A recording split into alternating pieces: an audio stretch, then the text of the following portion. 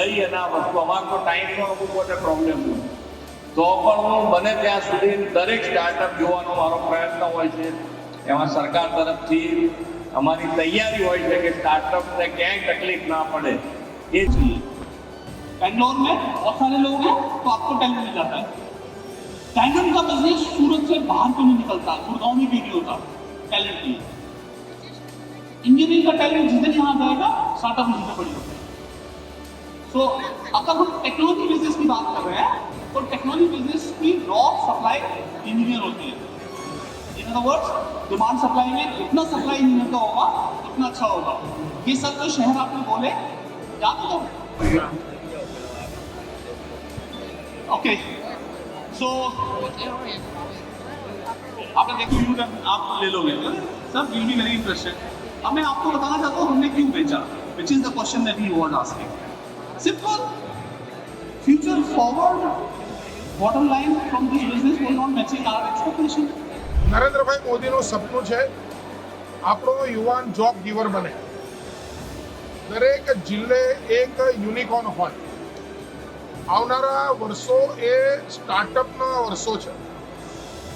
નરેન્દ્રભાઈના આવતી વખતે 2014માં જ્યારે પ્રધાનમંત્રી બન્યા ત્યારે માત્ર 350 સ્ટાર્ટઅપ હતા, જે આવનારા આ 10 વર્ષમાં એ લગભગ 1000 પ્લસથી વધારે એ એવા સ્ટાર્ટઅપ બન્યા કે જેના ઉપર દેશ નાજ લઈ શકે.